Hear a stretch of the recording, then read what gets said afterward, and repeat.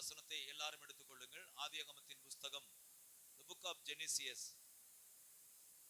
12 verse 2. நான் உன்னை பெரிய ஜாதியாக்கி உன்னை ஆசீர்வதித்து உன் பேரை பெருமைப்படுத்துவேன். நீ ஆசீர்வாதமாய் இருப்பாய். நல்ல கவனியுங்கள். எல்லாரும் வேத புஸ்தகத்தை கொண்டு வந்தவங்க திறந்து பாருங்கள்.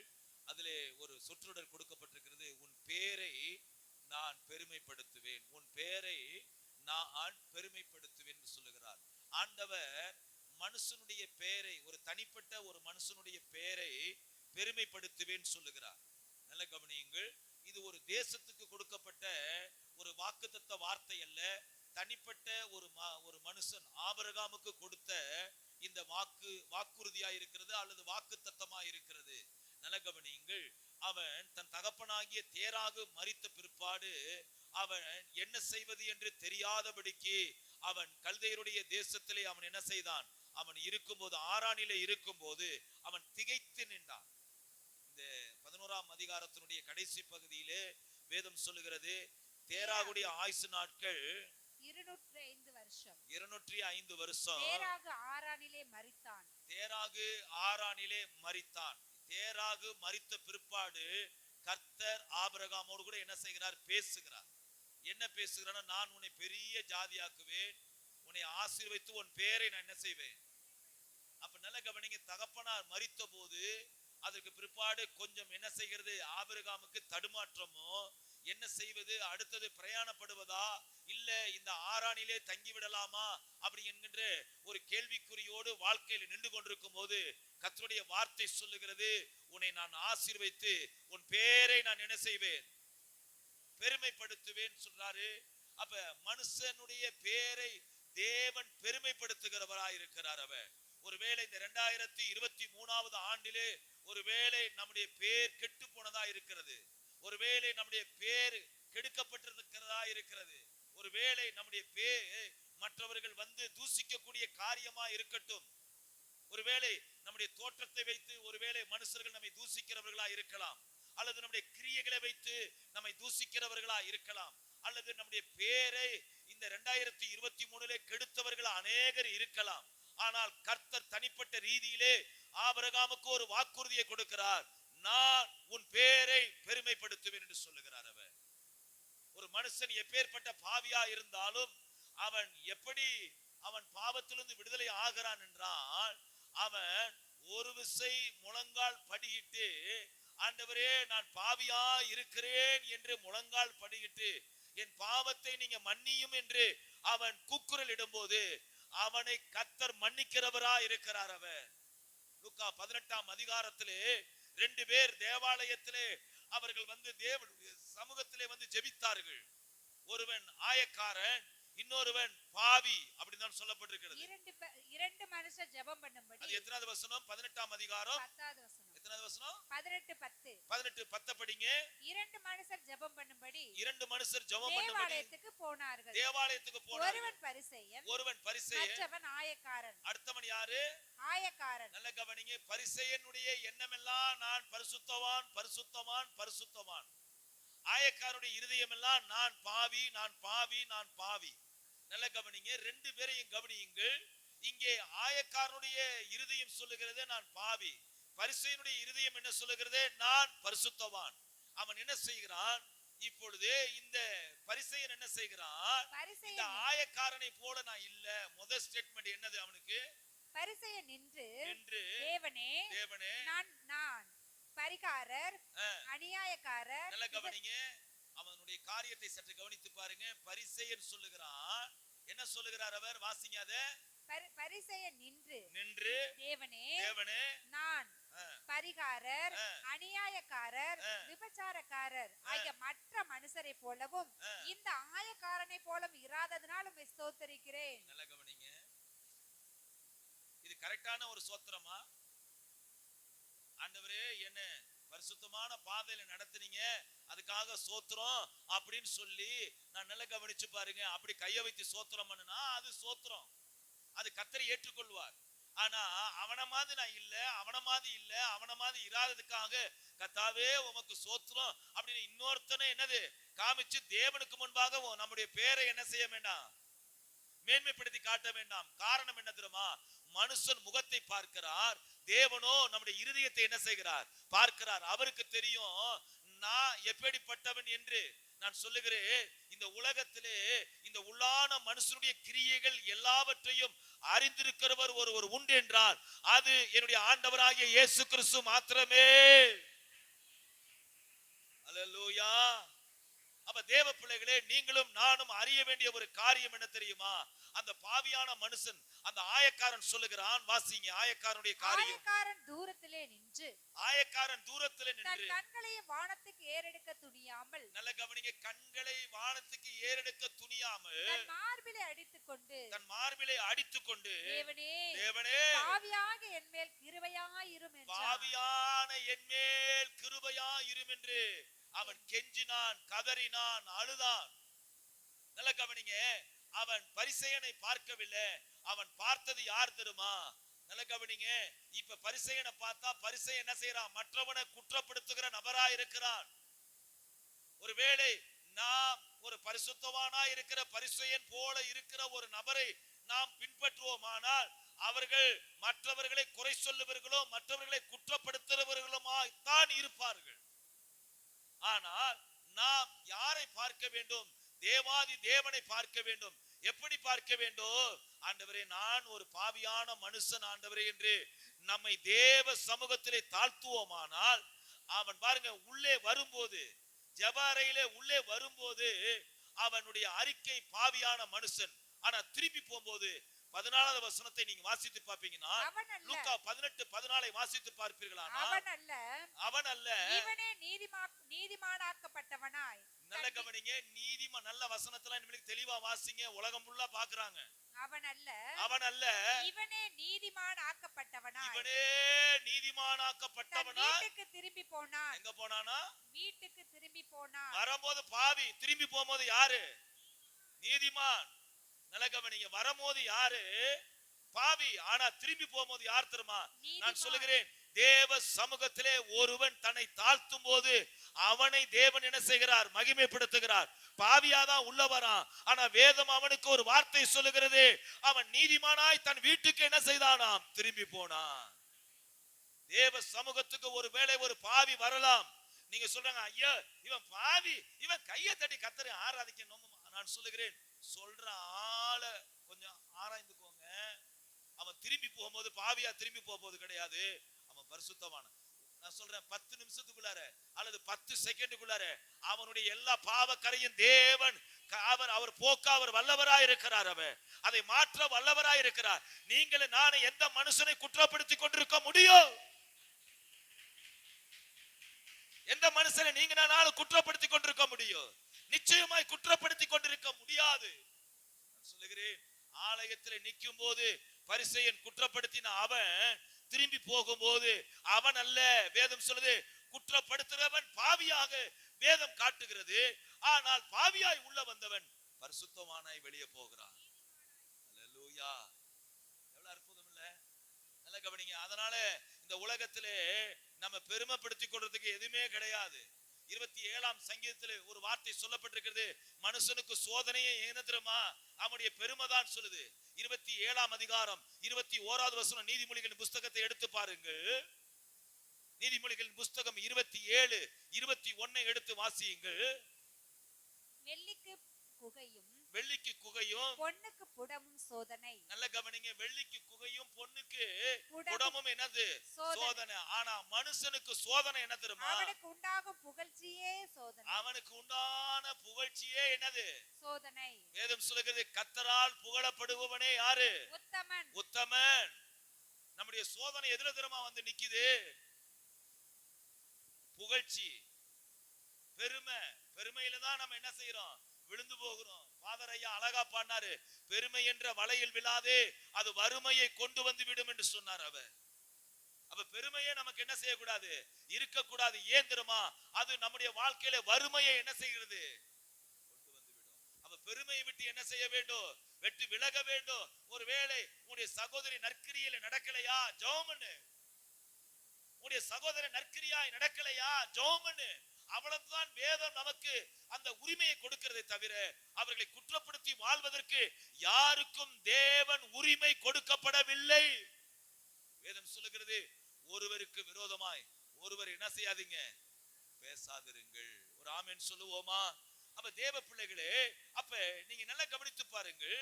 ஆதியாகமம் 12ஆம் அதிகாரம் 2வது வசனத்துடைய மைய பகுதி சொல்லுகிறது, உன்னை ஆசீர்வதித்து உன் பேரை நான் என்ன செய்வேன்? பெருமைப்படுத்துவேன். உன் பேரை நான் என்ன செய்ய போகிறேன்? அப்ப 2024வது ஆண்டிலே கர்த்தர் நம்முடைய பேரை என்ன செய்ய போகிறார்? பெருமைப்படுத்த போகிறார் அவர். ஹல்லேலூயா. நீதிமொழிகள் 10ஆம் அதிகாரம் 7வது வசனம் சொல்லுகிறது. நீதிமொழிகள் 10ஆம் அதிகாரம் 7வது வசனத்தை சற்று கவனியுங்கள். நீதிமொழிகள் 10:7 வாசிங்க. நீதிமானுடைய பேர், நீதிமானுடைய பேர் புகழ் பெற்று விளங்கும். நல்ல கவனிங்க. நீதிமானுடைய பேர் எப்படி இருக்குமா? புகழ் பெற்று விளங்கும். புகழ் பெற்று விளங்குமா? நீதிமானுடைய பேர் எப்படி இருக்கிறது? புகழ் பெற்று விளங்குமா? நான் சொல்லல, பைபிள் சொல்லுது. நீதிமானுடைய பேர் எப்படி இருக்கிறதா?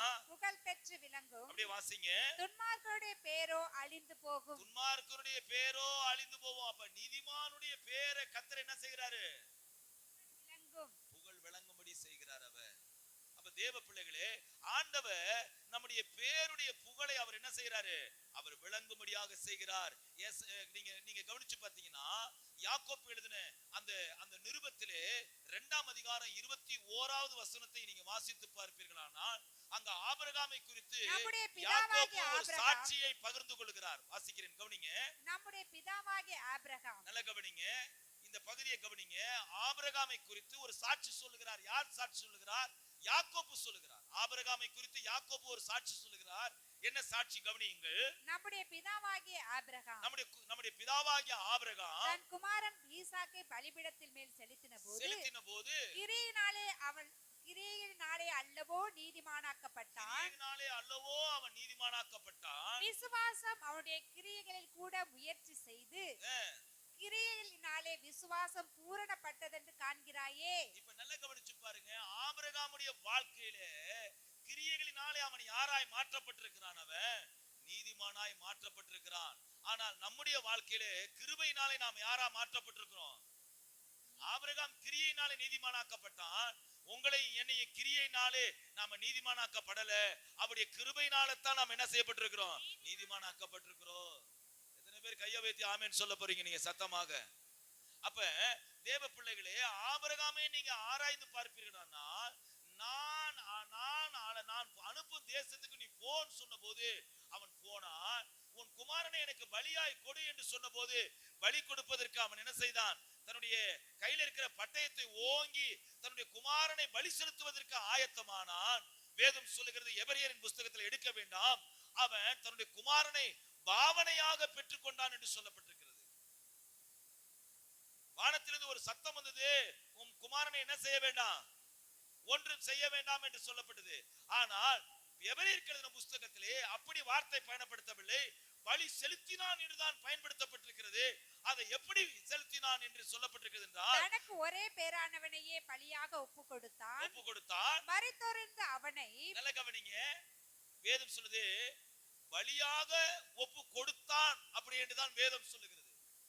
அப்படியானால் கடைசி நிமிஷம் வரைக்கும் ஆண்டவர் ஆபிரகாமுடைய இருதயத்திலே இருக்கிற அந்த கீழ்ப்படிதலை கர்த்தர் பார்க்கிறார். அவர் ஆபிரகாமுடைய இருதயத்திலே கடைசி நிமிஷத்துல கூட இல்ல, இவன் நமக்கு வெளியில பாவலா பண்றானா, மாயமாலா பண்றானா அப்படின்னு கடைசி வரைக்கும் கர்த்தர் உன்னிப்பாய் பார்த்தார். ஆனால் எபிரேயர் புஸ்தகத்தில் சொல்றது பலி கொடுத்தான் என்று சொல்லப்பட்டிருக்கிறது. அவனை மறுபடியுமாக உயிரோடு அவர் எப்படி செய்தாராம்? பாவனையாக திரும்பவும் பெற்றுக்கொண்டான். பாவனையாக திருப்பி பெற்றுக் கொண்டானா. பலி செலுத்தின அவனை திருப்பி உயிரோடு என்னது பெற்றுக்கொள்ளக்கூடிய அனுபவமாக வேதம் காண்பிக்கிறது. அல்லேலூயா. நான் சொல்லுகிறேன், 2024 மாயமானமான ஜீவியம் வேண்டாம். நீங்கள் கர்த்தருக்கு உண்மையாய் கீழ்ப்படிவீர்கள் ஆனால் நிச்சயமாய் சொல்லுகிறேன், கர்த்தர் உங்களை ஆசீர்வதித்து உங்கள் பேரை அவர் பெருமைப்படுத்துகிறவராய் இருக்கிறார். அவர் அல்லேலூயா. நான் சொல்லுகிறேன், ஹிப்போக்ரசியான லைஃபை நம்ம கண்டினியூ பண்ண வேணாம். மாயமானமான வாழ்க்கையை தொடர்ந்து நாம் கண்டினியூ பண்ண வேண்டாம். நாம் கர்த்தர் கொடுத்த வார்த்தையை கீழ்ப்படிந்து செயல்படுவோமானால் நிச்சயமாக கர்த்தர் நம்முடைய பேரை என்ன செய்வார்? அவர் கையை உயர்த்தி ஆமென். எத்தனை பேர் ஆமென்? வேடிக்கை பார்க்கிறவங்களா ஆமென் சொல்லுங்க. ஆமா, இத்தனை பேர் வேடிக்கை பார்த்துக்கிட்டு இருக்கீங்க. வசனத்தின் மேல என்ன இல்ல, கவனமா இருக்கணும். வசனத்தை ரொம்ப கவனிக்கணும். இன்னைக்கு நிறைய பேர் வாழ்க்கையில வசனத்துல இல்ல, ஆட்டம் பாட்டத்துல ஓடுது, ஆசீர்வாதத்துல ஓடுது, செழிப்புல ஓடுது.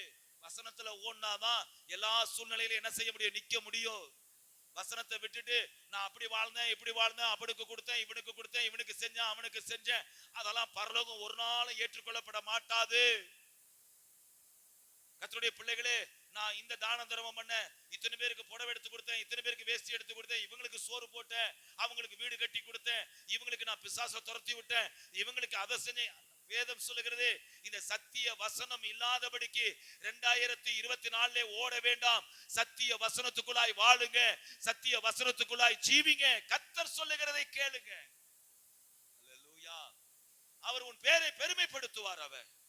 அவர் உன் பேரை பெருமைப்படுத்துவார். 2023 பேர் ரிப்பர் தாங்க. 2024 கர்த்தர் சொல்றாரு, நான் பெருமைப்படுத்துவேன்னு சொல்றேன். அல்லேலூயா. எல்லாவற்றையும் ஆண்டவர் என்ன செய்வாரு? தலைகளாய் மாற்றுவார். ரோமர்கள் நிருபம் 5ஆம் அதிகாரம் 1வது வசனத்தை நீங்க வாசித்து பார்ப்பீர்கள். ஆனால் ரோமர்கள் எழுதின நிருபம் 5ஆம் அதிகாரம் 1வது வசனத்தை வாசிங்க. இவ்விதமாக நாம் விசுவாசத்தினாலே நீதிமான்கள் ஆக்கப்பட்டிருக்கிறபடியால் நம்முடைய கர்த்தராகிய இயேசு கிறிஸ்து மூலமாய் தேவனிடத்தில் சமாதானம் பெற்றிருக்கிறோம். தேவனிடத்தில் என்ன பெற்றிருக்கிறோம்? சமாதானம் பெற்றிருக்கிறோம். நல்ல கவனிங்க. தேவனிடத்தில் உங்களுக்கும் எனக்கு என்ன கிடைச்சிருக்கு? சொல்லுங்க, என்ன கிடைச்சிருக்கு? நல்ல கவனிங்க. பேரு தான் சமாதானம். ஆனா வாழ்க்கையில என்ன கிடையாது? ஒருத்தர்ட்டையும் சமாதானம் கிடையாது. உன் பக்கத்து வீட்டுக்காரங்களோட நீ சரியான உறவு இல்லைன்னா ஆவிக்குரிய ஜீவியத்தை செக் பண்ணணும். அவனையே குறை சொல்லக்கூடாது. அவன் சரியில்லை, அதனாலதான் நான் திருப்பிட்டு போறேன். அவன் சரியில்லை, அதனாலதான் திருப்பிட்டு போறேன். அவன் சரியில்லாத திருப்பிட்டு போல, உன் கிரியையே உன்னை தன்னால திருப்புது. ஹலோ, இந்த தெருவில் யாரும் எனக்கு பகையாளி கிடையாது. எல்லாத்தையும் பேசுவேன், எல்லாத்தையும் நின்று பேசிட்டு போவேன் நான். தேவ பிள்ளைகளே, நம்முடைய கிரியைகள் நம்ம என்ன செய்யக்கூடாது? மற்றவங்களை டிஸ்டர்ப் பண்ணிடக்கூடாது. மற்றவங்களை என்ன செய்யணும்? ப்ரோமோட் பண்ணணும். ஆண்டவருடைய சமூகத்தில் கொண்டு வந்து சேர்ப்பதற்கு ப்ரோமோட் பண்ணணும். 2024 இந்த முதல் கர்த்தருடைய நாளிலே நீங்கள் உங்களை கர்த்தருடைய வசனத்தோடு கூட என்ன செய்ய ஆரம்பிங்க? ஒப்பிட்டு ஜீவிக்க ஆரம்பிங்க. சொல்ல முடியுமா? இனி நாளல்ல, கிறிஸ்துவே என்னில் ஜீவிக்கிறார் என்று எத்தனை பேர் கையை வைத்து சொல்ல முடியும்? நீங்க உண்மைதான். எவ்வளவு பேர் பொய் சொல்றீங்க? எவ்வளவு பேர் பொய் சொல்றீங்க? இந்த பாட்டை கூட பாடுவோமா? இனி ஜீவிப்பது இயேசுவே என்னில் ஜீவிக்கிறார். இனி ஜீவிப்பது நான் அல்ல, இயேசுவே என்னில் ஜீவிக்கிறார். அவரே அவரே இயேசு என்னில் ஜீவிக்கிறார். சொல்லுங்க.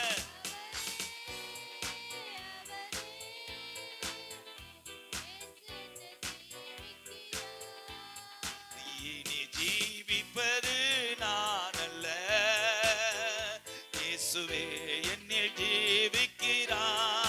சொல்லுங்க.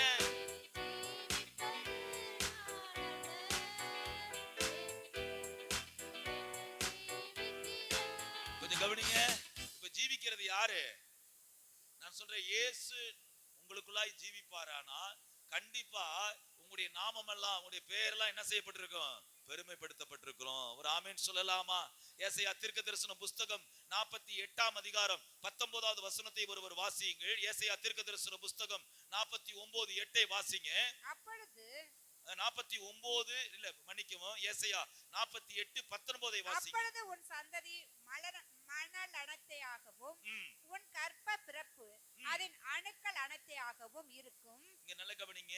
ஏசாயா தீர்க்கதரிசன புஸ்தகம் 48:19 வாசிங்க. அப்பொழுது உன் சந்ததி மணல் அனைத்தையாகவும் உன் கற்ப பிறப்பு அதன் அணுக்கள் அனைத்தையாகவும் இருக்கும். எப்படி இருக்குமா?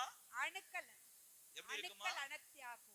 இங்க பாருங்க, 19வது வசனத்தை பாருங்க. அப்பொழுது உன் சந்ததி மணலத்தனையாகவும் உன் கற்ப பிறப்பு அணுக்கள் அணத்தையாகவும் எப்படி இருக்குமா? அணுக்க எப்படியா எப்படியா சொல்லுங்களேன் சகோதரர்கள், சொல்லுங்களேன். அது என்ன சொல்லுது? 19வது அணுக்கள் அத்தனையாகவும் அணுக்கள் அத்தனையாகவும் இருக்கும். அப்பொழுது அதன் பெயர் நம்மை விட்டு அற்று போகாமலும் அழிக்கப்படாமலும் இருக்கும். நல்ல கவனிங்க. இது ஏன் இந்த வசனத்தை நீங்க வாசிங்கன்னு கேட்டீங்களா?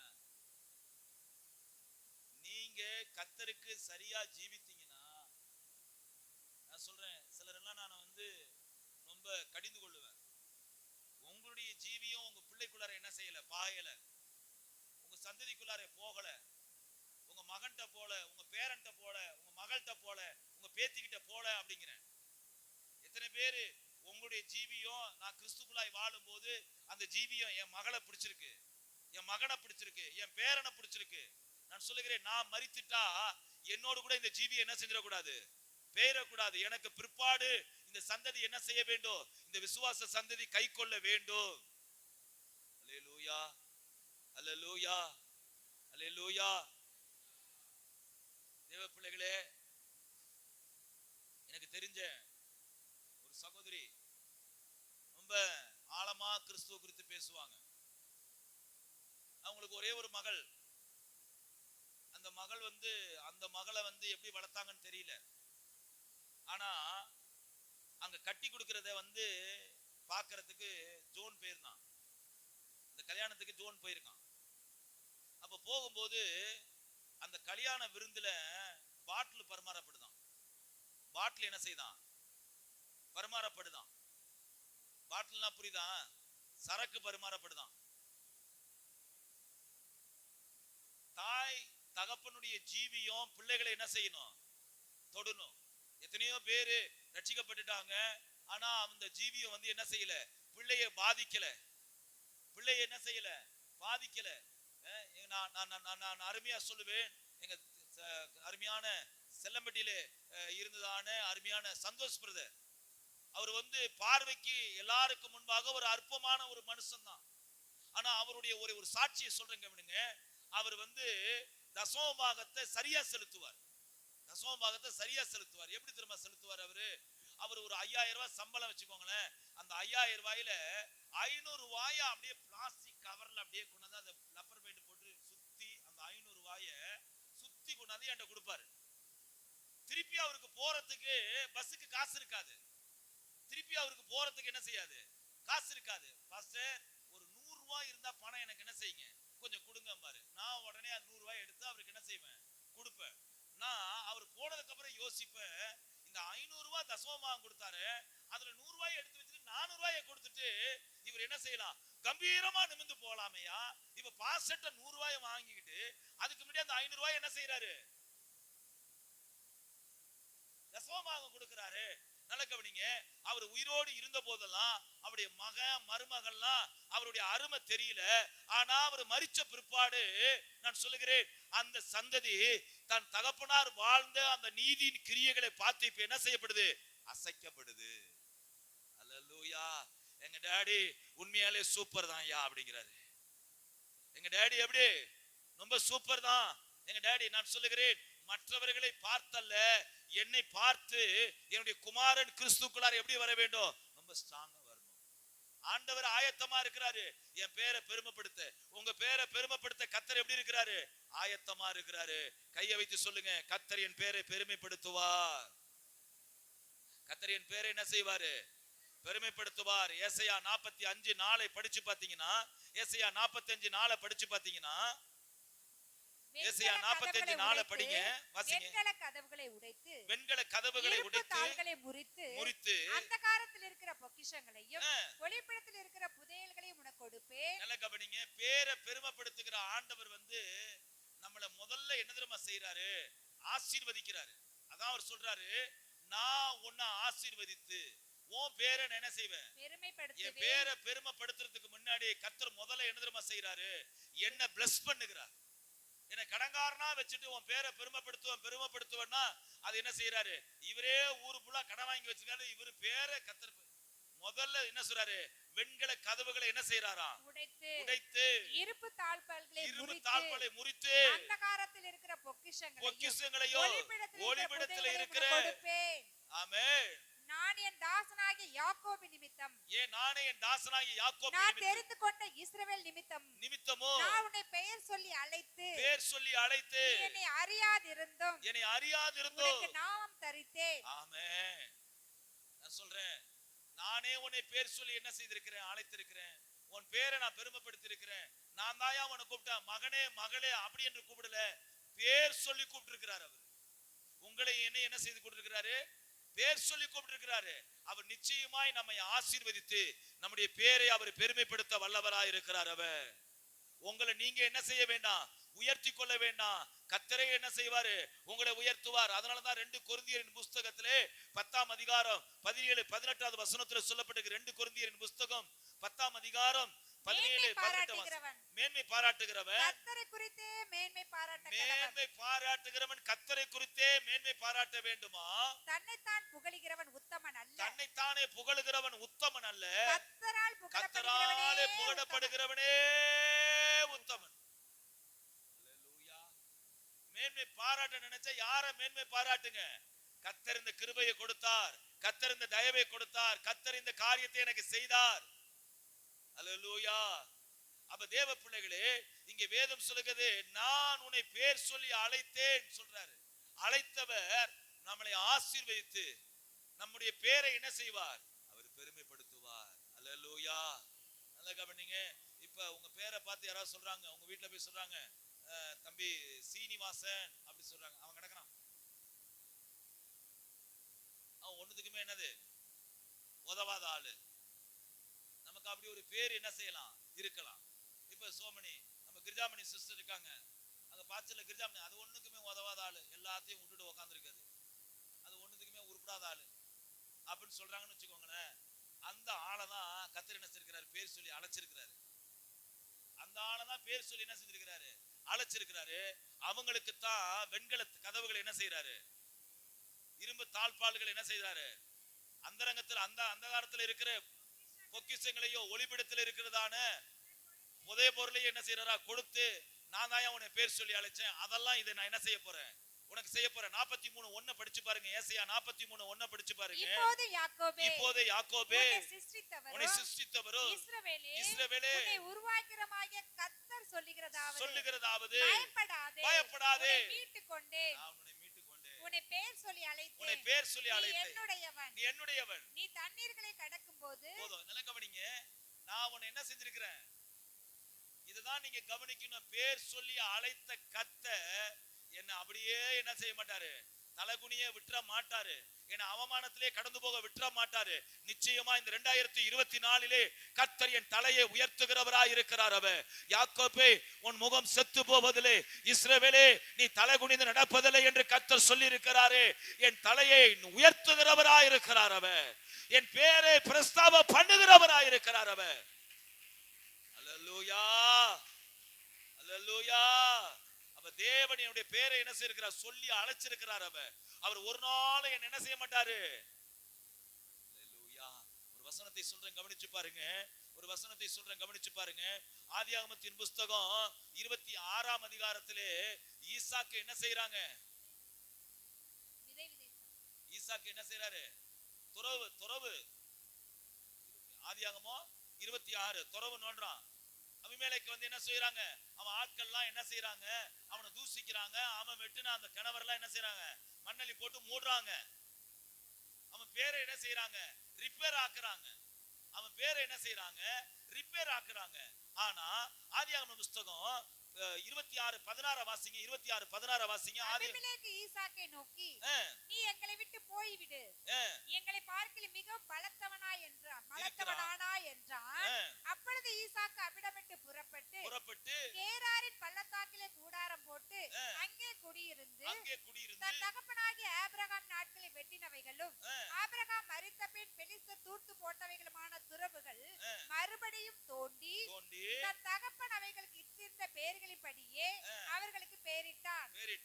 ஈசாக்குடைய வேலைக்காரர் பள்ளத்தாக்கிலே வெட்டி அங்கே சுரக்கும் நீரூற்றை கண்டார்கள். கேராரும் மேய்ப்பர் இந்த தண்ணீர் தங்களுடையது என்று சொல்லி ஈசாக்கும் மேய்ப்பருடனே வாக்குவாதம் பண்ணினார்கள். இப்ப ஈசாக்க துரத்தி விடுகிறது மாத்திரம் இல்ல, அவன் பேரை என்ன செய்யறாங்க, கெடுக்க ஆரம்பிக்கிறாங்க. ஆனா அந்த கெடுத்த ஜனங்கள் மத்தியிலேயே 26வது வசனத்தை நீங்க படிச்சு பாத்தீங்கன்னா அங்க சொல்லப்படுகிறது 26வது அபிமெலேக்கும் அவன் சிநேகிதனாகிய அகுசாத்தும் அவன் சேனாதிபதியாகிய பிகோலும் கேராரிலிருந்து அவனிடத்திற்கு வந்தார்கள். அப்பொழுது ஈசாக்கு அவர்களை நோக்கி, என்னை ஏன் என்னிடத்தில் வந்தீர்கள்? நீங்கள் என்னை பகைத்து என்னை உங்களிடத்தில் இராதபடிக்கு துரத்தி விட்டீர்களே என்றான். அதற்கு அவர்கள், நிச்சயமாய் கர்த்தர் உம்மோடு இருக்கிறார் என்று கண்டோம். கர்த்தர் உன்னோடு கூட என்ன செய்யறாரு, இருக்கிறார் என்று கண்டோம். துரத்தி விட்டவன், வேணான்னு சொல்லி நம்மள என்ன செஞ்சவன், நெக்லெக்ட் பண்றவன், அவன்லாம் இந்த 2024ல ஒரு வார்த்தையை சொல்லிட்டு நம்ம மண்டையில வரப்போறான். கர்த்தர் நிச்சயமாக உன்னோடு கூட இருக்கிறார் என்று சொல்ல போறான் அவன். எத்தனை பேர் இதை நம்புறீங்க நீங்க? கர்த்தர் நிச்சயமாக உன் கூட என்ன செய்யறாரு, இருக்கிறார் என்று சொல்ல போறான். நல்ல பலமா கையை தட்டி சொல்லுங்க, கர்த்தர் நிச்சயமாக நம்மளோடு கூட இருக்கிறார். அங்க பாருங்க, அங்க பாருங்க, அங்க அந்த வசனத்தை பாருங்க, என்ன சொல்லுகிறார் பாருங்க, 28. அதற்கு அவர்கள், நிச்சயமாய் கர்த்தர் உம்மோடு கூட இருக்கிறார் என்று கண்டோ, ஆகையால் எங்களுக்கு உமக்கும் ஒரு ஆணை ஏற்பாடு உண்டாக வேண்டும் என்று நாங்கள் நிர்ணயம் பண்ணினோம். நாங்கள் உம்மை தொடாமல் நன்மையே உமக்கு செய்து உம்மை சமாதானத்தோடு அனுப்பிவிட்டது போல நீர் எங்களுக்கு தீங்கு செய்யாதபடிக்கு உம்மோடு உடன்படிக்கை பண்ணிக்கொள்ள வந்தோம். நீ கர்த்தரால் ஆசீர்வதிக்கப்பட்டவராமே என்றார்கள். ஆகாதுன்னு சொன்னவங்க யார? ஈசாக்க. எங்களை விட்டு போங்கன்னு சொன்னாங்க. ஆனா அவங்க சொல்றாங்க, கர்த்தர் உங்களோடு கூட என்ன செய்யறாரு, இருக்கிறாரு. அடுத்து சொல்றாரு, நீ கர்த்தராலே ஆசீர்வதிக்கப்பட்டவராமே சொல்றான்.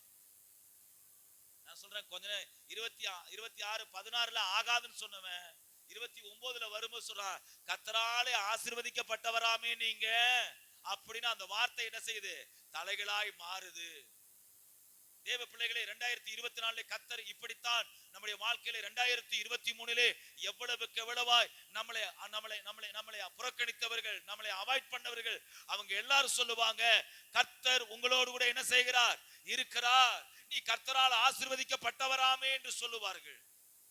இந்த வார்த்தை கண்டிப்பா என்ன செய்யும், நிறைவேறும். ஒருவேளை ஒரு நல்ல காரியம் ஆனாலும் சரி, உன்னை கூப்பிட்டு முன்னாடி நிறுத்தி ஒரு ஜெபம் சொல்லாம இருந்திருக்கலாம். உன் மனசுல ஒரு வேதனையா இருந்திருக்கலாம்.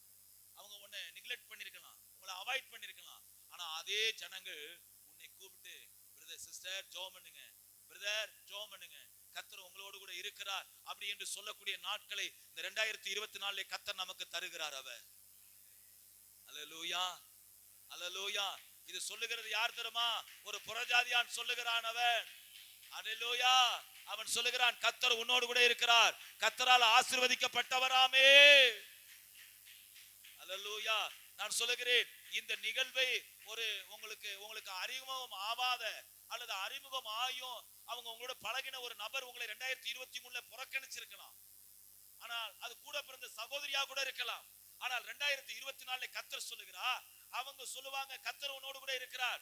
சகோதரியே, என் குடும்பத்துக்காக ஜெபம் பண்ணு, என் மகனுக்காக ஜெபம் பண்ணு, என் மகளுக்காக ஜெபம் பண்ணு அப்படி என்று இந்த வருஷத்துல கூப்பிட்டு உன்னுடைய சகோதரன், உன்னுடைய சகோதரி ஒன்றை ஜெபித்துக் கொள்வார்கள்.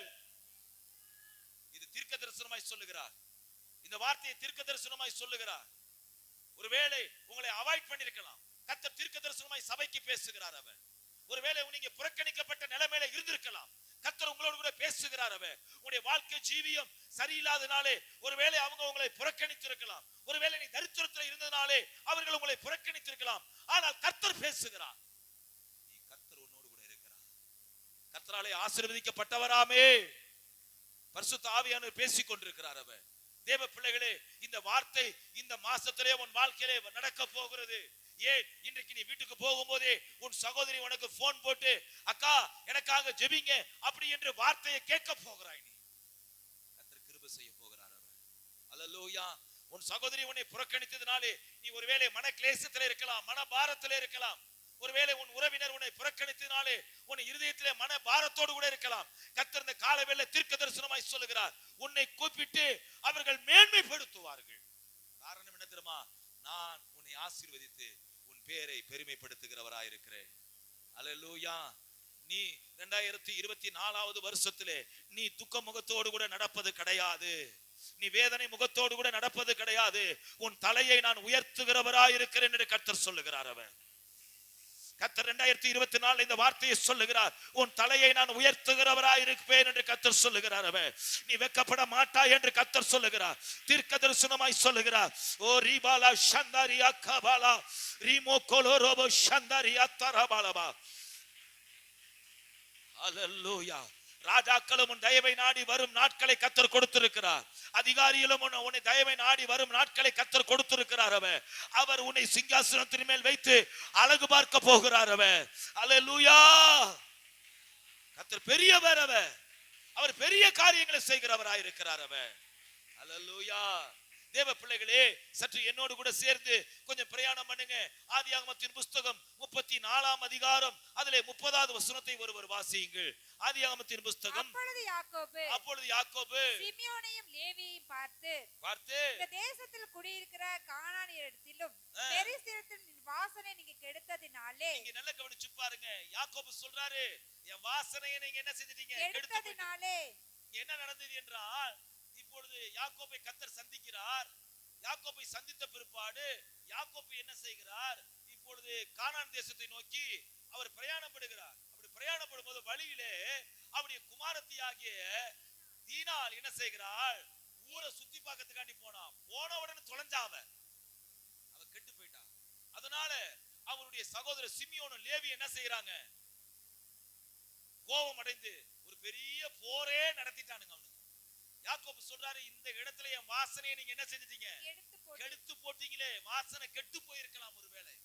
ஒருவேளை நம்முடைய வாழ்க்கையிலே நம்முடைய சாட்சி கெட்டு போயிருக்கலாம். ஆனால் கர்த்தர் இந்த 2024 சொல்லுகிறார், நான் உன்னை ஆசீர்வதித்து உன் பேரை நான் பெருமைப்படுத்துவேன் என்று கர்த்தர் சொல்லுகிறார். அவர் அல்லேலூயா. எத்தனை பேர் கையை வைத்து ஆமென் சொல்ல போறீங்க நீங்க? அல்லேலூயா. இங்க பாருங்க தேவ பிள்ளைகளை, சற்று நீங்க கவனித்து பார்க்க வேண்டும். ஒரு வசனத்தை நான் உங்களுக்கு சொல்லுகிறேன். ரூத்தின் புஸ்தகம் 1ஆம் அதிகாரம் 20வது வசனத்தை பாருங்க. ரூத்தின் புஸ்தகம் 1ஆம் அதிகாரம் 20வது வசனத்தை பாருங்க. ரூத்தின் புஸ்தகம் 1:20 வாசிங்க ஒருவர். அதற்கு அவள், நீங்கள் என்னை நகோமி என்று சொல்லாமல். இப்ப நல்லா கவனிச்சு பாருங்க. நகோமி மோவாப் தேசத்தை விட்டு இப்ப எங்க வரா? பெத்லகேமுக்கு வருகிறாள். பெத்லகேமுக்கு வாரா. பெத்லகேமுக்கு வரும்போது என்ன நடக்குது? எல்லாரும் பாக்குறாங்க. நகோமி என்ன செய்யறாங்க? பாக்குறாங்க. இதோ நகோமி நகோமி என்று சொல்றாங்க. அப்ப நகோமி என்று சொன்ன உடனே அவங்க எல்லாரையும் பார்த்து இவ சொல்றா, என்ன நீங்க நகோமி என்று சொல்ல வேணாம், என்ன நீங்க என்ன செய்யுங்க? மாறா என்று சொல்லுங்க. சர்வ வல்லவர் என்று மிகுந்த கசப்பை கட்டளையிட்டார். சர்வ வல்லவர் மிகுந்த உண்மையாது. இவ வாழ்க்கையில கர்த்தரை விட்டு இவ விலகி போயிட்டா. கொஞ்சம் பிரச்சனையை இவளால என்ன செய்ய முடியல. நல்ல கவனிங்க. பெத்லகேமில வேதம் சொல்லுது, அது அப்பத்தின் வீடுன்னு சொல்லுது, அது ஆகாரத்தின் வீடுன்னு சொல்லுது. அந்த வீட்டுல இவளுக்கு மாத்திரம் ஆகாரம் இல்லையா, இவளுக்கு மாத்திரம் என்னது? கர்த்தர் கொன்று போட போற அந்த தேசத்துல அவ என்ன செய்யறா? மோவாப் தேசத்துக்கு போயிட்டா. மோவாப் தேசத்துல போனோன்னு தன்னுடைய கணவனார் தன்னுடைய 2 பிள்ளைகளை அங்க என்ன செய்யறாங்க? இழந்து போனால், மரித்து போனார்கள். இப்போது அங்கிருந்து பெத்லகேமில என்ன செய்யறாரு? இவ கர்த்தரை ஆசீர்வதிக்க ஆரம்பிச்சுட்டாரு. இப்ப என்ன செய்யறா? திரும்பி வராத கேட்டுட்டு வரும்போது அவளை பார்த்து எல்லாரும் சொல்றாங்க, இவன் நகோமி நகோமி நகோமி. ரொம்ப நாளுக்கு கழிச்சு பார்த்தா என்ன செய்வாங்க?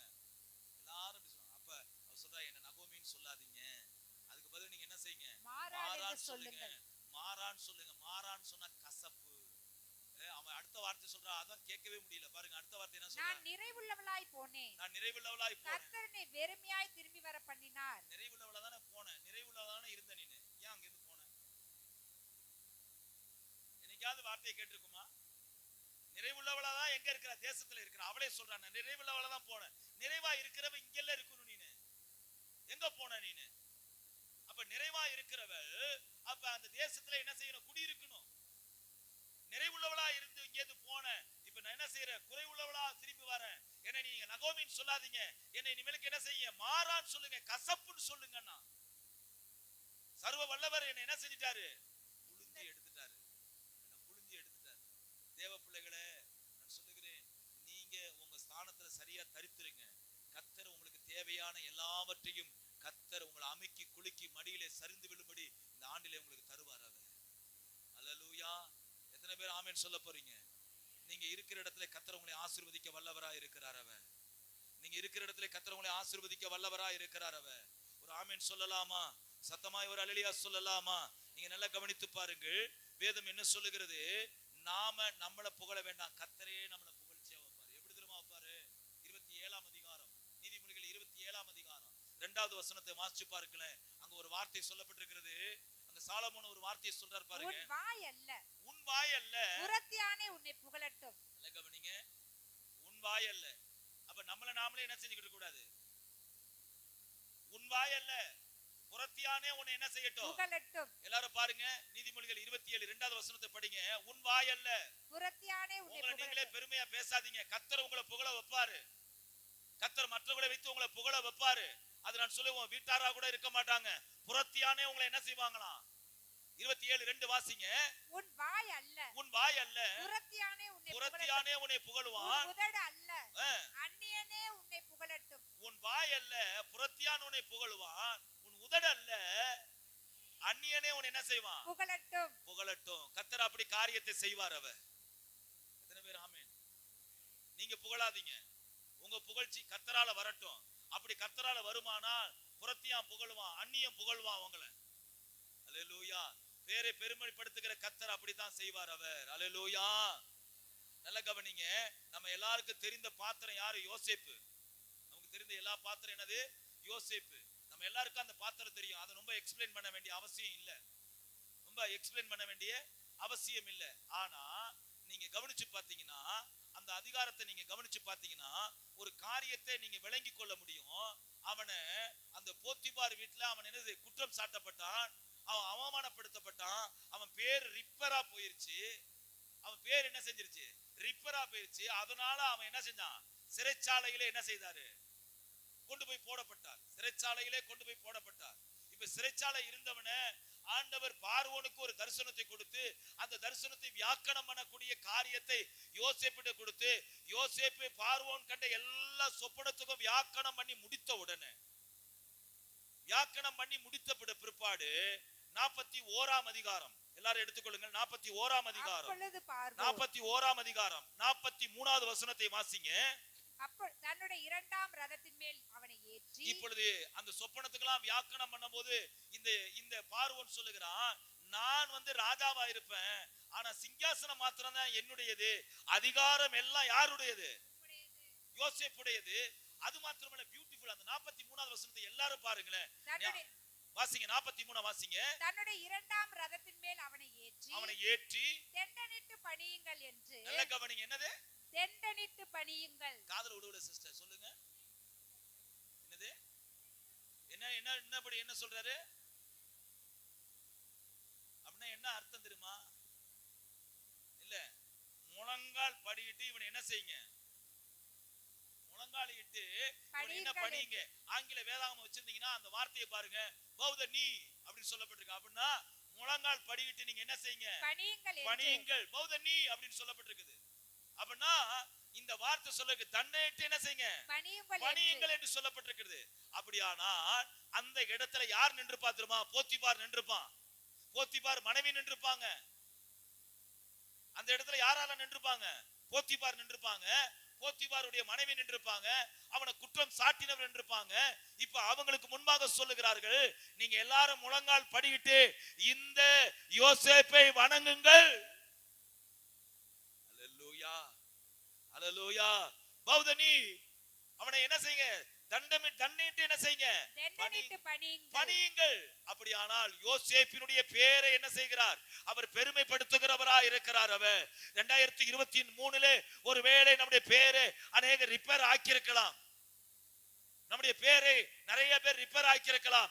ஆனால் என்னோடு கூட இருக்கிறவர், என்னை ஆசீர்வதித்து என் பேரை பெருமைப்படுத்துகிறேன் என்று சொல்லக்கூடியவர், நான் சொல்லுகிறேன், என் சத்துருக்களையோ முன்பாக என் பேரை உயர்த்தி காண்பிக்கிறவராய் இருக்கிறார் அவர்.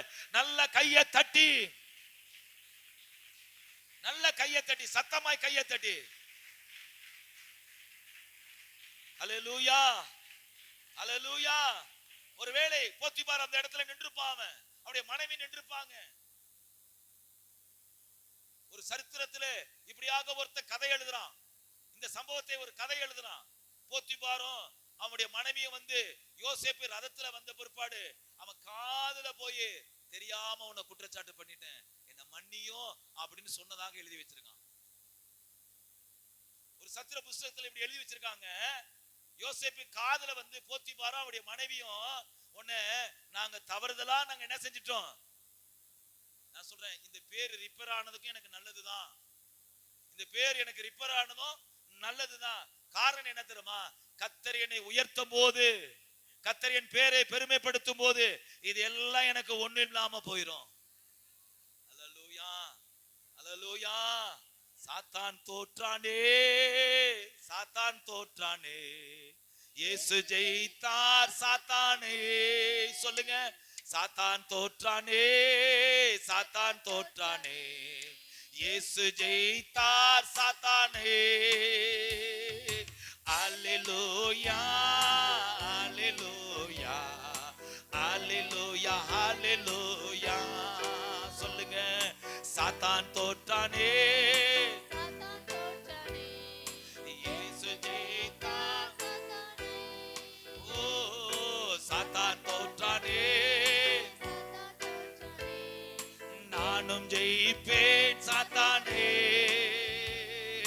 அல்லேலூயா, அல்லேலூயா, அல்லேலூயா, அல்லேலூயா, அல்லேலூயா. தேவ பிள்ளைகளே, அப்ப நம்முடைய பேர் என்ன செய்ய போறார் அவரு? அல்லேலூயா. தேவ பிள்ளைகள் கவனிக்க வேண்டிய ஒரு சத்தியம் என்ன தெரியுமா? இங்கே சொல்லப்பட்டிருக்கிறது. ஏசாயா தீர்க்கதரிசன புஸ்தகம் 60ஆம் அதிகாரம் 14வது வசனத்தை ஒரு வாசிங்களேன். ஏசாயா தீர்க்கதரிசன புஸ்தகம் 60ஆம் அதிகாரம் 14வது வசனத்தை ஒரு வாசியுங்கள். நீ ஜாதிகளின் பாலை குடித்து உன்னை ஒடுக்கினவர்களின் பிள்ளைகளும் குனிந்து உன்னிடத்தில் வந்து. நல்ல கவனிங்க, இங்க வேதம் சொல்லுகிறது. ஏசாயா 60:14 சொல்லப்பட்டிருக்கிறது. உன்னை ஒடுக்கினவரின் பிள்ளைகளும் குனிந்து. நல்ல கவனிங்க, நம்மள ஒருவேளை ஒடுக்கி இருப்பாங்க, ஒருவேளை நம்மளை அடிமைத்தனமாய் நம்மை நடத்தி இருப்பாங்க. உன்னை ஒடுக்கினவருடைய பிள்ளைகளும் குனிந்து உன்னிடத்தில் வந்து, உன்னிடத்திலே வந்து உன்னை அசட்டை பண்ணின யாவரும், உன்னை அசட்டை பண்ணின யாவரும் காலடியிலே வந்து பணிந்து உன்னை கர்த்தருடைய நகரம் என்றும். நல்ல கவனிங்க, உன்னை கர்த்தருடைய நகரம் என்றும் இஸ்ரவேலுடைய பரிசுத்தரின் சீயோன் என்றும் சொல்லுவார்கள். என்ன சொல்லுவாங்க பாத்தீங்களா? எவ்வளவு அற்புதமான வார்த்தை இல்ல? நீங்க அடிக்கடி இது வாசிக்கிற வேத பகுதி அல்ல. அந்த வசனம் சொல்லுது, உன்னை ஒடுக்கினவர்களின் பிள்ளைகள் குனிந்து உன்னிடத்திலே வந்து உன்னை அசட்டை பண்ணின யாவரோ உன் காலடியிலே பணிந்து. எத்தனை பேரு 2023 அசட்டை பண்ணிருக்காங்க நம்மள? எல்லாரும் கை வைத்து சொல்ல முடியும்ல? எத்தனை பேர் என்ன செய்யிருக்காங்க? அசட்டை பண்ணிருக்காங்க. என்ன ஒரு பொருட்டா கூட என்ன செய்யல, எடுத்துக்கல. என் உறவுக்கார கூட என் பேச்சு நான் பேசினா அது கிட்ட நம்மள ஒரு பொருட்டா கூட என்ன செஞ்சிருக்க மாட்டாங்க. அதனாலதான் சொல்லப்பட்டிருக்கு, உன்னை அசட்டை பண்ணின யாவரோ உன் காலடியிலே வந்து பணிந்து. பேரை பெருமைப்படுத்தினா சாதாரணமா செய்ய மாட்டாருங்க அவரு. அல்லேலூயா. யோசேப்பே பேரை பெருமைப்படுத்தினா சாதாரணமா பெருமைப்படுத்திட்டாரா? அப்படி அல்ல. அவனை ரதத்துல உட்கார வச்சு தேசம் முழுவதும் இவன் தான் அதிகாரி, அதிகாரி, அதிகாரி, அதிகாரின்னு காண்பிச்சு கொடுத்தார். அல்லேலூயா. அதிக பாட அனுபவிச்சிட்டீங்களா? அதிக உபத்திரத்தை அனுபவிச்சிட்டீங்களா? கர்த்தர் உங்களை சிங்காசனத்தை ஏத்தி ஆண்டவர் தேசத்துல உங்களை அழகு பார்க்க உங்களுடைய நாமத்தை உயர்த்தக்கூடிய நாட்களை கர்த்தர் இந்த வருஷத்திலே கொடுத்திருக்கிறார் அவர். அல்லேலூயா. அந்த வசனம் சொல்லுது பாருங்க, என்ன சொல்லப்பட்டிருக்குது பாருங்க. உன்னை அசட்டை பண்ணின யாவரும் உன் காலடியிலே வந்து பணிந்து. அப்ப அந்த அளவுக்கு எத்தனை பேர் அசட்டை பண்ணிருக்காங்க? நீங்க என்ன செய்வீங்க? நீங்க நிறைய காரியத்தை சொல்ல முடியும். 2023, 2022, 2021, 2000, 2019, 2018 அப்படி அடிக்கிட்டே போகலாம். இந்த ஆண்டிலே நான் புறக்கணிக்கப்பட்டேன், அசட்டை பண்ணப்பட்டு கடந்தேன். கர்த்தர் சொல்லுகிறார், உன் காலடியிலே வந்து பணியும்படியாக உன் பேரை நான் பெருமைப்படுத்த போகிறேன். அல்லேலூயா. உன் பேரை நான் என்ன செய்ய போகிறேன்? பெருமைப்படுத்த போகிறேன். இன்னொரு வசனத்தை கூட நான் காண்பிச்சு கொடுக்க விரும்புகிறேன். ஏசாயா 49ஆம் அதிகாரம் 23வது வசனத்தை பாருங்க. ஏசாயா 49:23. ராஜாக்கள் உன்னை வளர்க்கும் தந்தைகளும். நாளை கவனிங்க, ராஜாக்களும் உன்னை வளர்க்கும் தந்தைகளும் அவருடைய நாயகிகள் உன் கை தாய்களுமாய் இருப்பார்கள். தரையிலே முகங்குப்புற விழுந்து உன்னை பணிந்து, பாருங்க, தரையிலே முகங்குப்புற விழுந்து உன்னை பணிந்து கால்களின் தூளை நக்குவார்கள்.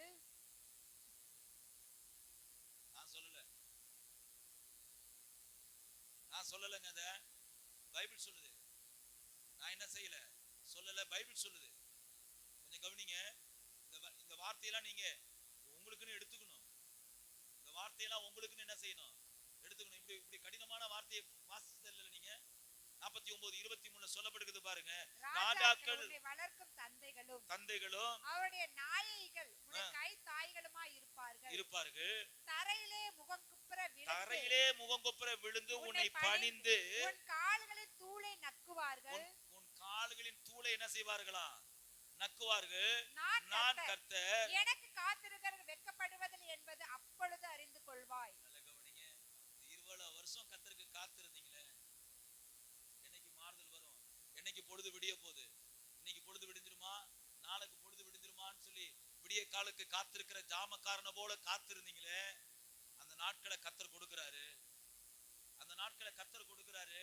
என்ன தெரியுமா கொடுக்கிறாரு? கால்ல இருந்து ஒளிய தூளை என்ன செய்வாங்களாம், நக்குவார்கள். ரொம்ப கடினமா இருக்குல்ல. கர்த்தர் உயர்த்தும் போது அப்படிதான் இருக்கும். கர்த்தர் மேன்மைப்படுத்தும் போது எப்படி இருக்கும், அப்படிதான் இருக்கும். கர்த்தர் உயர்த்தும் போது எப்படி இருக்கும், அதுதான். அது வந்து நீங்க நினைச்சே பார்க்க முடியாது, கற்பனை கூட பண்ண முடியாது.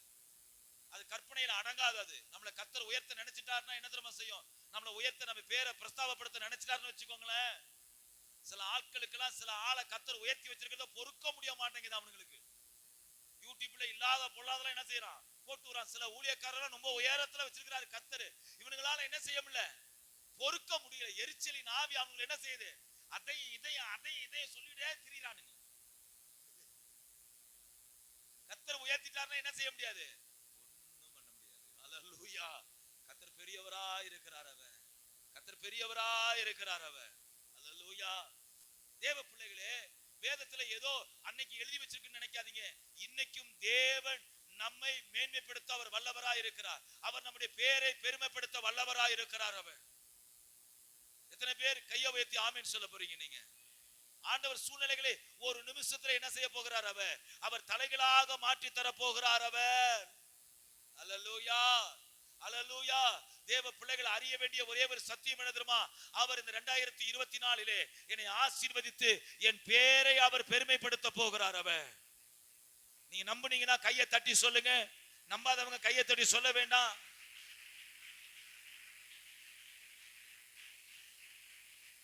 தேவ பிள்ளைகள் கவனிக்க வேண்டிய ஒரு காரியம் என்ன தெரியுமா, இந்த ஆண்டிலே நம்முடைய பேரை அவர் பெருமைப்படுத்த போகிறார். அவர் நீங்க விசுவாசிக்கிறீங்களா?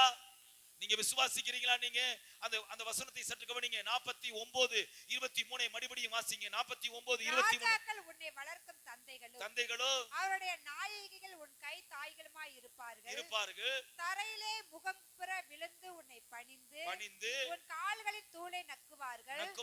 நான் கர்த்தர். எனக்கு காத்திருக்கிறவர்கள்.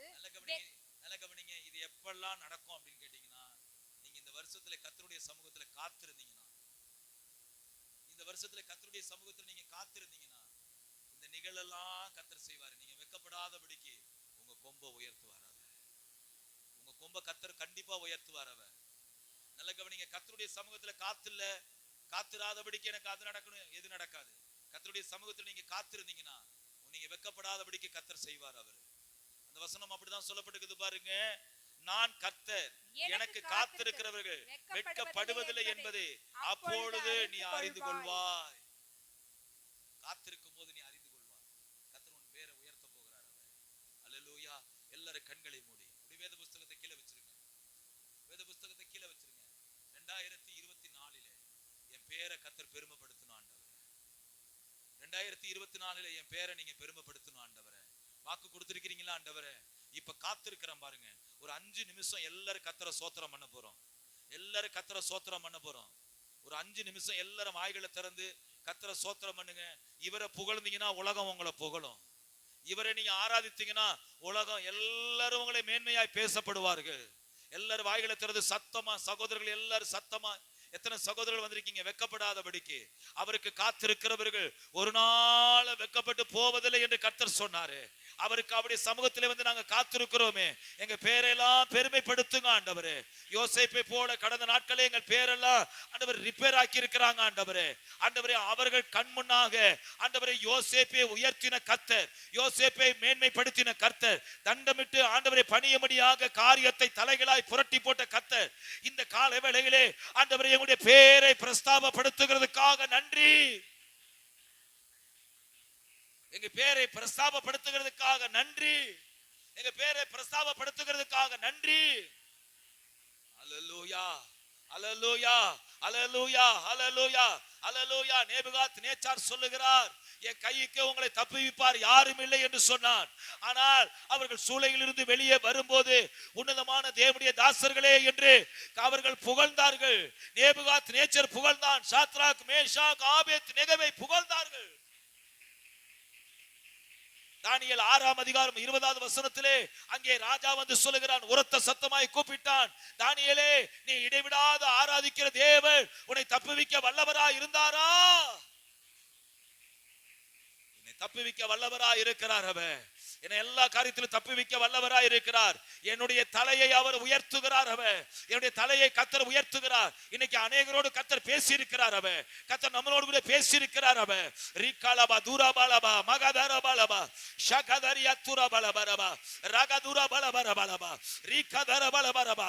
சமஸ்த ஜனங்களை பார்த்து பார்வோன் சொல்லுகிறார், யோசேப்புக்கு முன்பாக எல்லாரும் முழங்கால் படியிட்டு அவனை பணியுங்கள் என்று சொன்னான். அவன் ரிகபாலபா ஷந்தரபாலபரபலபரபலப கதரபாலபா. அல்லேலூயா. கர்த்தர் பெரியவர். ஒரு காரியத்தை சொல்லுகிறேன், கவனியுங்க. எபிரேய ஜனங்கள், இஸ்ரவேல் ஜனங்கள் எகிப்தியருக்கு முன்பாக அவர்கள் யார் தெரியுமா? அற்பமானவர்கள். அவர்களோட உட்கார்ந்து சாப்பிட மாட்டாங்க. எகிப்தியர் வந்து எபிரேயரோட உட்கார்ந்து என்ன செய்ய மாட்டாங்க? சாப்பிட மாட்டாங்க. எபிரேயர் வந்து எகிப்தியருக்கு அருவருப்பானவர்கள். இவங்க உயர்ந்த ஜாதியாகவும் அவங்களுக்கு தாழ்ந்த ஜாதியாகவும் பார்ப்பாங்க. ஆனா பார்வோன் சொல்லுகிறான், அவனுடைய 2வது குதிரையில ஏத்தி சொல்றான், இவனுக்கு முன்பாக எல்லாரும் முழங்கால் படிக்கிட்டு கர்த்தர் வந்து உயர்த்த நினைச்சிட்டாருன்னு வச்சுக்கோங்களேன், நீ எந்த ஜாதியில வேணாலும் இரு, எந்த கோத்திரத்துல வேணாலும் இரு, கர்த்தர் என்ன தெரியுமா செய்வாரு? உயர்த்திட்டாருன்னா எல்லாரும் வந்து பணிவார்கள். அல்லேலூயா. அதான் ஒரு அற்புதமான காரியம். அந்த வார்த்தை அழகாய் சொல்லப்பட்டிருக்கிறது. அந்த வார்த்தை அழகாய் சொல்லப்பட்டிருக்கிறது. ஆங்கிலத்தில் அழகாய் சொல்லப்பட்டு bow the knee, தண்டமிட்டு என்ன செய்யுங்க? பணியுங்கள் சொல்றாரு. அப்படி யோசேப்பை உயர்த்தினார் கர்த்தர். அதுக்கு முன்னாடி யோசேப்பின் வாழ்க்கை என்னது? எகிப்து எங்கும் அவனுடைய பேர் ரிப்பேர் ஆயிருந்திருக்கும். ஆனா கர்த்தர் கிரியை செய்யும் போது எப்படி தெரியுமா இருக்கும்? யாரெல்லாம் குற்றப்படுத்தினானோ, யாரெல்லாம் தூசணமா பேசினானோ அவன்லாம் இப்ப முட்டி போட்டு யோசேப்பை வணங்குகிறான். இதுதான் கர்த்தர் சொல்றாரு, நான் உன் பேரை பெருமைப்படுத்துவேன். 2024 எத்தனை பேருக்கு அந்த நம்பிக்கை இருக்குது? என் பேரை பெருமைப்படுத்த போறாரு கர்த்தர். அல்லேலூயா. ஆனா ஒரே ஒரு காரியத்தை மட்டும் செய்ய, உடைய சமூகத்துல காத்திரு. நீ வெக்கப்பட்டே போக மாட்டே, வெக்கப்பட்டே போக மாட்டே சகோதரியே, வெக்கப்பட்டே போக மாட்டே சகோதரியே. இது கர்த்தருடைய வார்த்தையா இருக்குது. இது எல்லாரும் கைகளை உயர்த்தி கர்த்தரை ஸ்தோத்திரம் பண்ணலாமா?